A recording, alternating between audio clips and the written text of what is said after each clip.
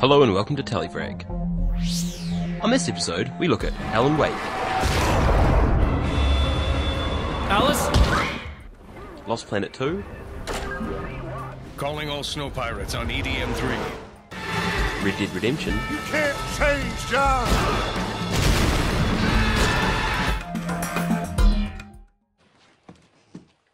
It's been 5 years since we first got wind of Alan Wake, but the game has proved worth the wait, for Xbox owners anyway. Oh no! I need help!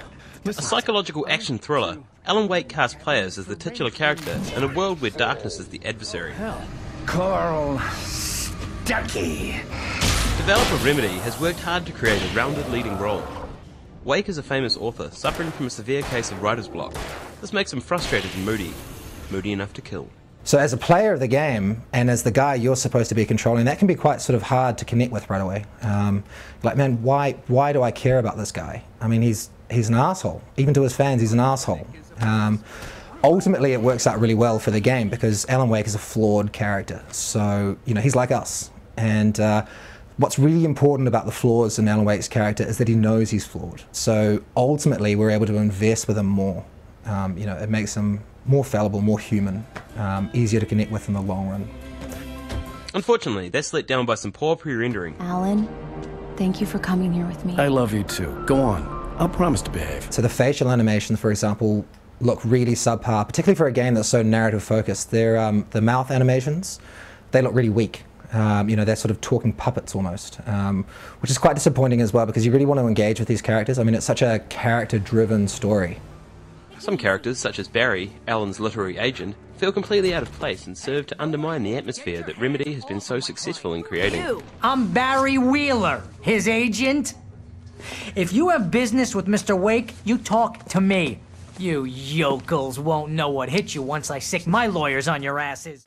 Barry, your literary agent, sounds like Gilbert Gottfried. He's got a really whiny, nasally voice, and it can drive you mad, actually. I mean, Barry is sort of he's a caricature anyway, and he's supposed to sort of alleviate some of the you know, pent-up anxiety, sort of brighten the mood a bit. But it's not really a necessary thing to have in a game like Alan Wake. I mean, you're not playing it to sort of, you know, be amused.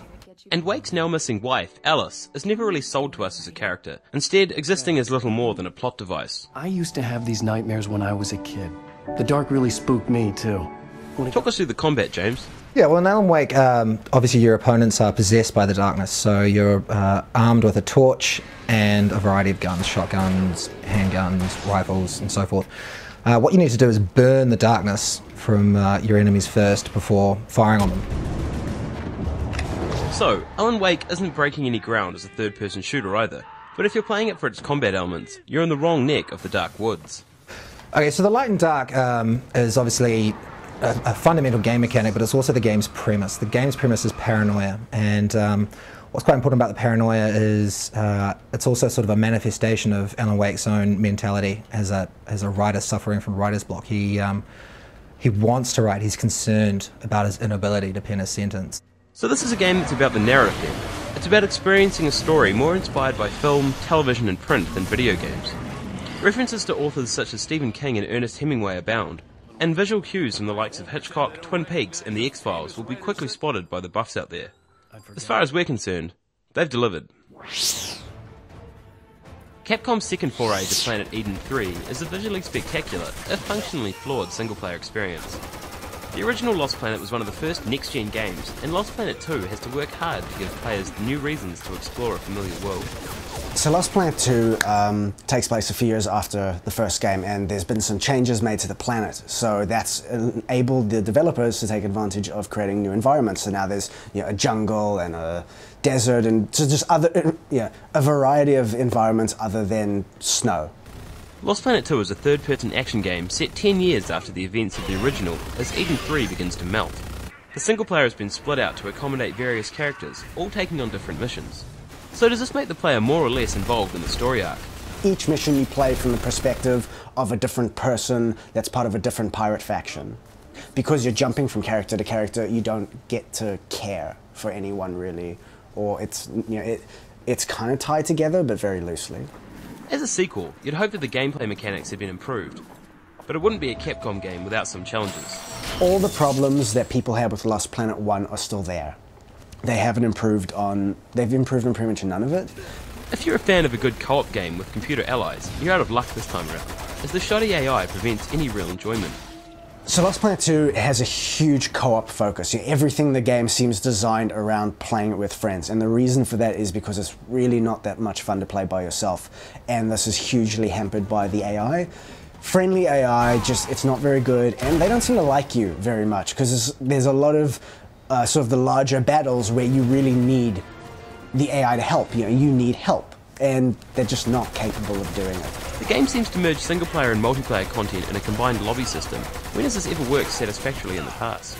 Straight away, as soon as you start the game and you hit campaign, you're put into what is essentially a lobby menu. It's create a game, find a quick match, or find a custom match. So even the single player, it's set up like a multiplayer match, which I think goes in hand with explaining the poor checkpointing and saving system, because even a single player campaign mission is treated like a multiplayer match. So it's they expect you to complete a match. If, let's say, I'm in the middle of a mission and suddenly I have to go out or I have to do something, I lose all my progress. So I have to start from the beginning, and that's just ridiculous. It's not all terrible, however, as there are some genuinely exciting moments.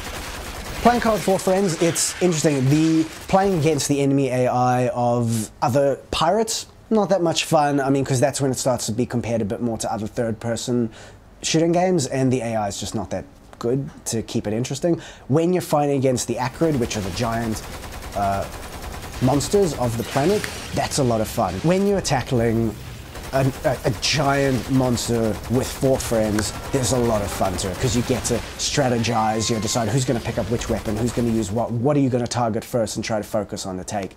And that adds a lot of fun. That definitely adds a lot of fun to it when you're doing it with friends. When you're doing it by yourself, it's not that much fun. But with friends, yeah, it's like any game, co-op makes it better. While impressive and pretty to look at, these aren't exactly Care Bears you're dealing with. If they hit you, they will hurt. Some of these monsters, they can be punishing. They will hit you with one hit and your health is almost gone. And that's where it becomes even more important to have co-op partners actually playing with you. So, what's the verdict? Playing with friends when you're fighting those big monsters can be fun.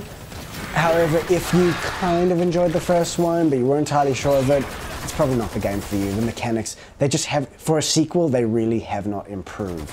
Considering the amount of time it's been since the release of the first game and the sequel, you really just can't. You expect a developer to step up their game, and they've had enough time to come up with fresh ideas and really perfect the gameplay mechanics, and they haven't.